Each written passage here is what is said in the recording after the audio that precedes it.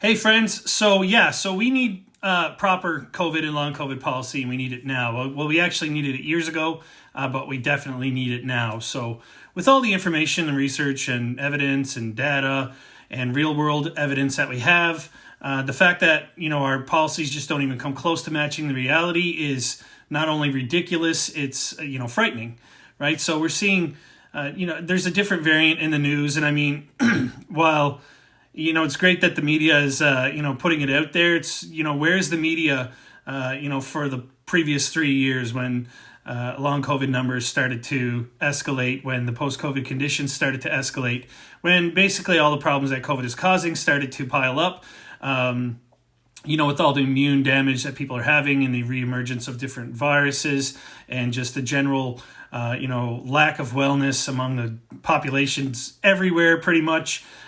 Schools having the high absentee rates, sick days, healthcare having staff shortages, just the strain on healthcare, all these things that are going on, and we don't have proper healthcare policy or education or anything like that, right? So it's very concerning.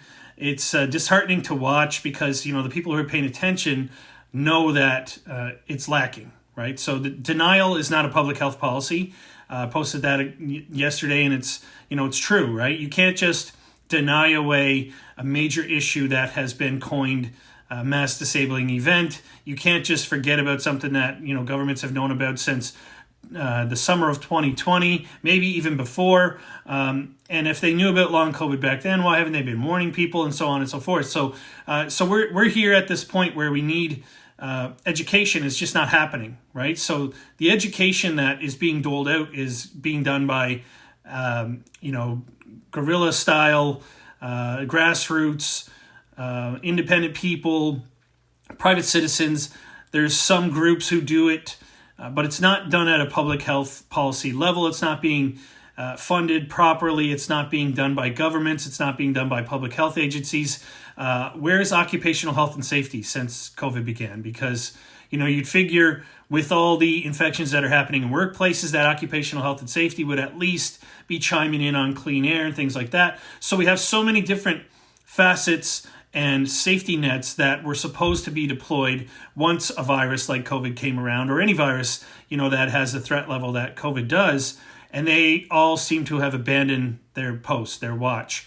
They're just not around, right? So child youth advocates aren't advocating for kids who are getting sick and infected in schools over and over.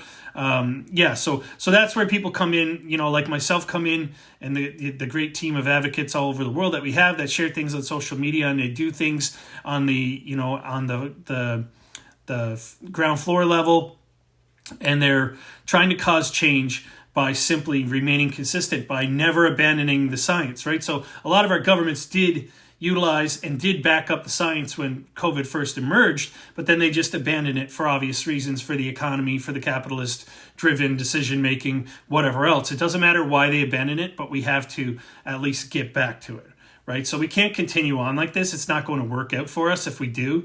I mean, right now, I don't really like AI, but if you ask AI, is long COVID a major issue? Is it going to cause a lot of damage to the economy, to people? What it tells you is going to be frightening, right? So COVID is not a flu. It's not a cold. And this hasn't been expressed to the general public because there's a lot of political, sort of pressures that disallow it from being shared to the public, right? So we're out here doing the work. Right, so we're doing public health's work, we're doing occupational health and safety's work, we're doing the politicians' work, healthcare units. You don't even have an acknowledgement of the dangers of COVID from the general population of healthcare workers, doctors, nurses, whoever else, right? Which is completely bonkers. It doesn't make any sense whatsoever. So, I mean, when you have such a dereliction of duty on so many levels, it's impossible to not have a deficit of safety and education and everything else, safeguards, policy, all of those things, right? So that's where grassroots advocates come in. That's where private citizens come in. That's where the groups that we do have come in, is that we're trying to share the information. We're trying to help people who are trying to advocate for themselves, do human rights complaints. We're seeing a couple of legal things pop up that are helping steer the conversation to who's responsible for what and things like that, right? So these things are all moving, but they're moving very slowly, and the problem is that we're working against the clock, right? So every wave of COVID means more long COVID, means more pressure on healthcare, means more economic burden, means more lack of staff, means more people are missing school, and so on and so forth. It basically creates chaos. If you take people and you put them in any sort of an environment, and every time you put them in that environment, more of them come back to you with chronic illness and post-COVID conditions or viral conditions or whatever. Eventually, that group of people is going to be so, stricken with illness and disabilities and whatever else, that they're not going to be able to do the things that they normally do for society, right? Which is, work jobs in healthcare, education, whatever, utilities. It doesn't matter. Everybody's important, right? But there's been kind of people forgot that, right? So everybody in society who does a job, who's contributing to society, is equally as important as everybody else. Right, so the person who picks up the garbage is just as important as the people who make the products, the doctors, the nurses, or whatever, because we're all a cohesive unit as a society, and we need each other to sustain our quality of life, whatever that may be, right? But if we throw people by the wayside, which we heard from certain doctors and certain people, then we're not paying attention. We're not acknowledging the fact that we are important, that everybody's important, that we need everybody to make this thing work, right? So the ship can't sail if half of the crew are constantly ill or chronically ill or newly disabled or whatever else. So why are we doing that to society? Why are we doing that to kids, right? So in my efforts to educate, to agitate, because I've been pissing a lot of people off, I don't mind doing it, but in my efforts to do that, I burned a lot of bridges. I have a lot of people who've turned on me, and a lot of you can relate to that. I mean, I'm sure you have family members. Some of you have spouses, you have kids, you have grandparents, whatever, friends who no longer associate with you or are just tired of hearing it. But because you've chosen the path of science and the truth and what's verifiable and what's observable, you just can't back away from that, right? So that's the same thing as me. So no matter how many bridges I burn, I guess I'm going to have to walk across the river and get a little wet, right? So that's why I'm trying to raise money so that I can keep doing the work that I'm doing. It's for multiple reasons. I have multiple motivations. One of them is to pay the bills, right? So in the process of burning a lot of bridges, for whatever odd reason, a lot of people don't want to hire the guy who speaks up about every injustice that he sees, right? So I've been screaming about COVID for years now. And, so if an employer Googles me, they're like, we don't want this, SHIT disturber, working for us because, he's not going to let anything go by. And in that process, I've kind of backed myself into a corner. However, I do have some assistance coming from, a couple of groups. I do have a lot of donations coming in. Well, not a lot, but some donations coming in from people over the last 18 months or so. So I continue on with my ongoing fundraising so that I can keep doing the work that, not only do I want to do, but that we need done, right? So I don't mind calling people out. I don't mind phoning up organizations or politicians or whatever else. That confrontation is nothing to me. It's, I kind of welcome it. I grew up in a household who my stepfather was a lawyer, so arguing, and getting on each other's nerves was like our favorite pastime, right? So I don't have any problem with that confrontation, and fortunately, I have not, gotten long COVID. So from my COVID infection in 2021, I didn't develop long COVID.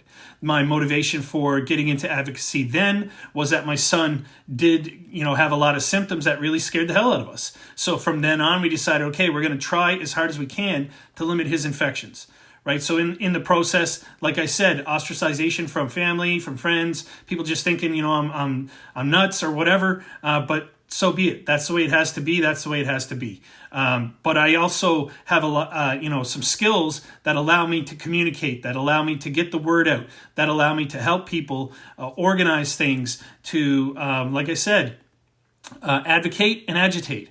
right? So I don't mind pissing off a politician. I have nothing to gain from a politician caring about, what I think. If they're mad at me, whatever, so be it. People should be doing their jobs. It really ticks me off that so many people are continuing to get paid to do things like public health and occupational health and safety, and health. A lot of healthcare professionals are getting money to put their patients in danger, and that kind of pisses me off because we're seeing the byproduct of this negligence.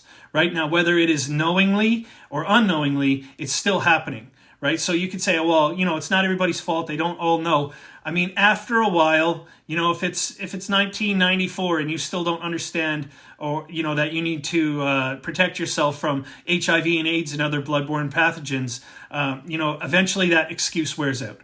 Right now, in the information age, where information is at an all-time, ease of access, there is no excuse in the book anymore for, well, I had no idea. I didn't know that COVID was bad. If the government tells you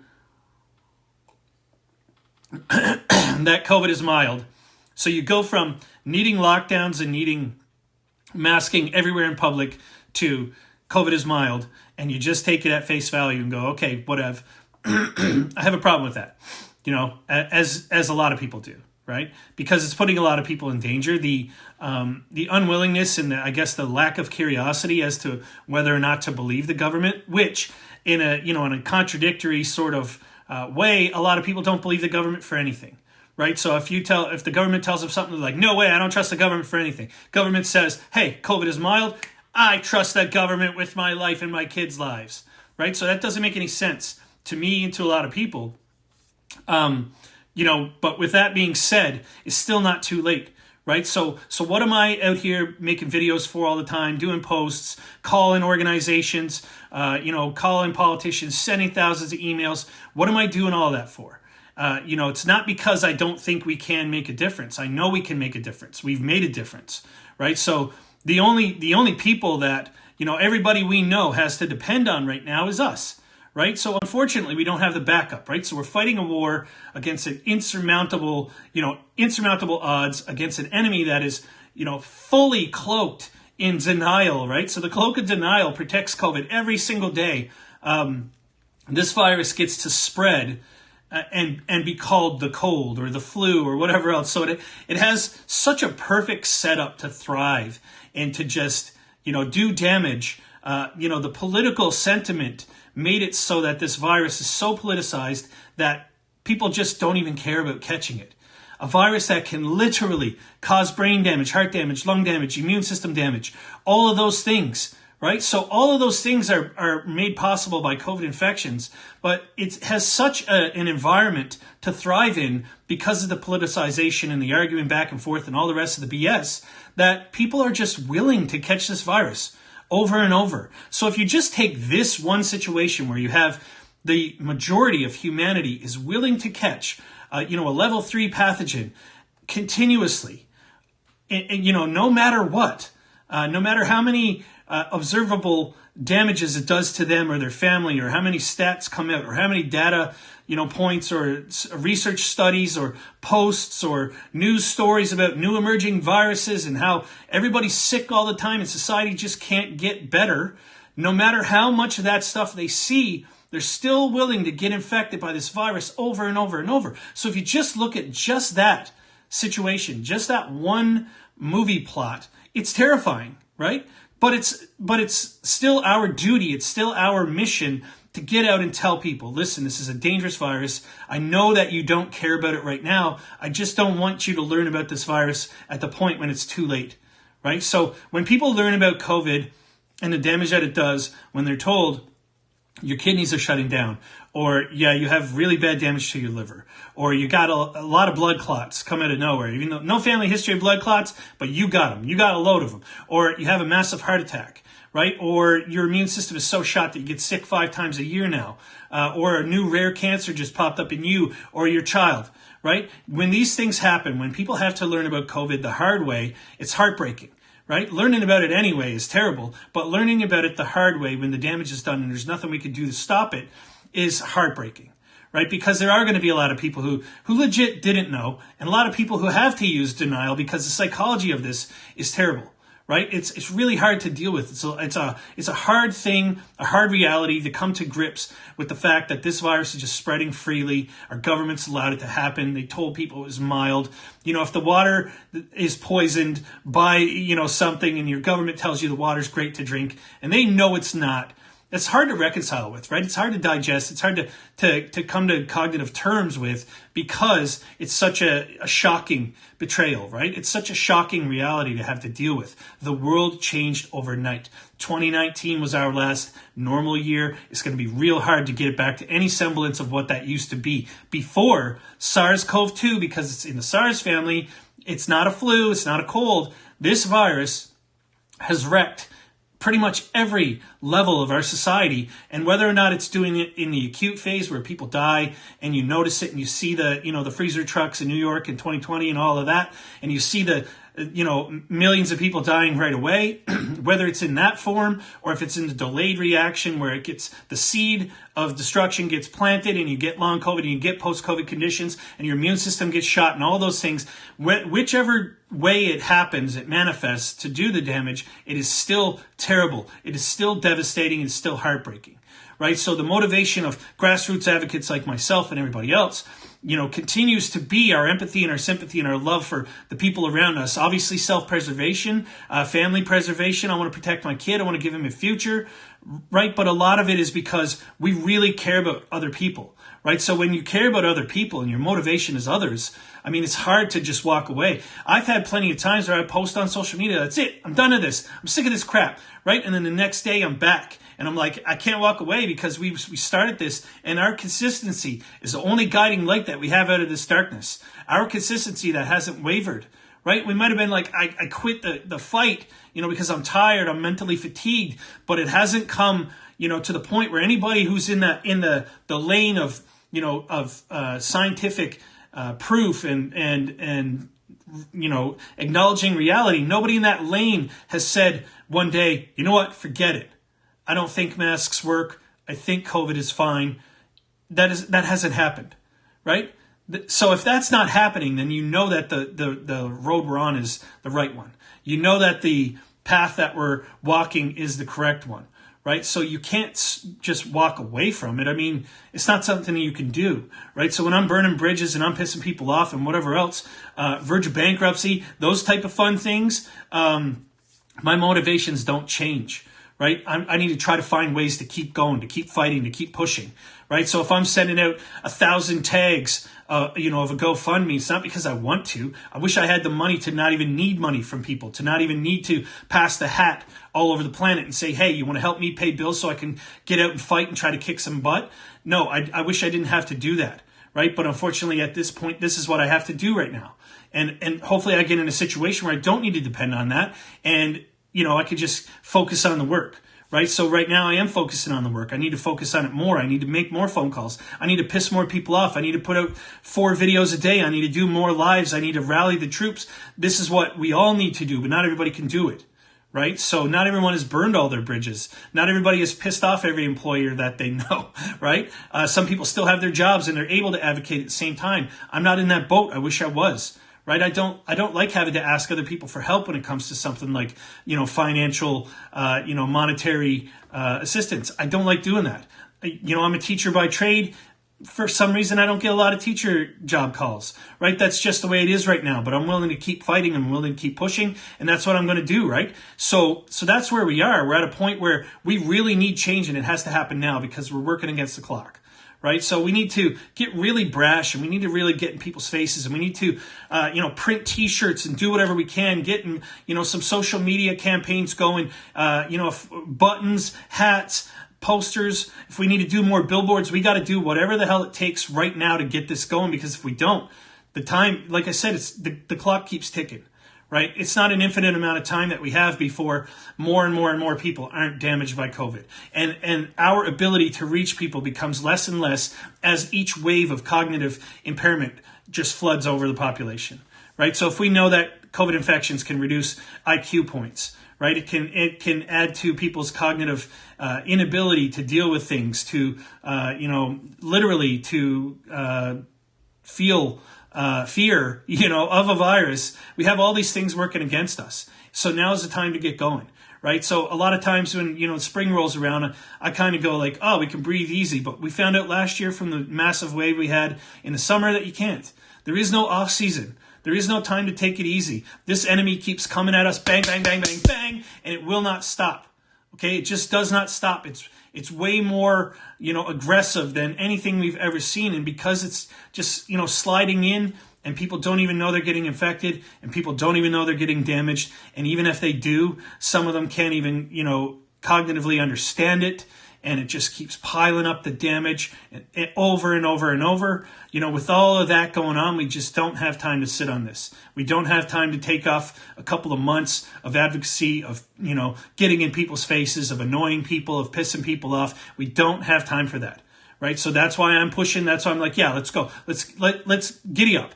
Let's fight. Let's make as much noise as we can. Let's call as many people as we can. Let's email every single person on the planet. Let's do it.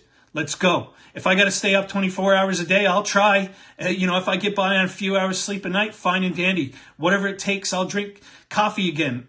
Believe me, you don't want me drinking coffee because all of my energy is without coffee.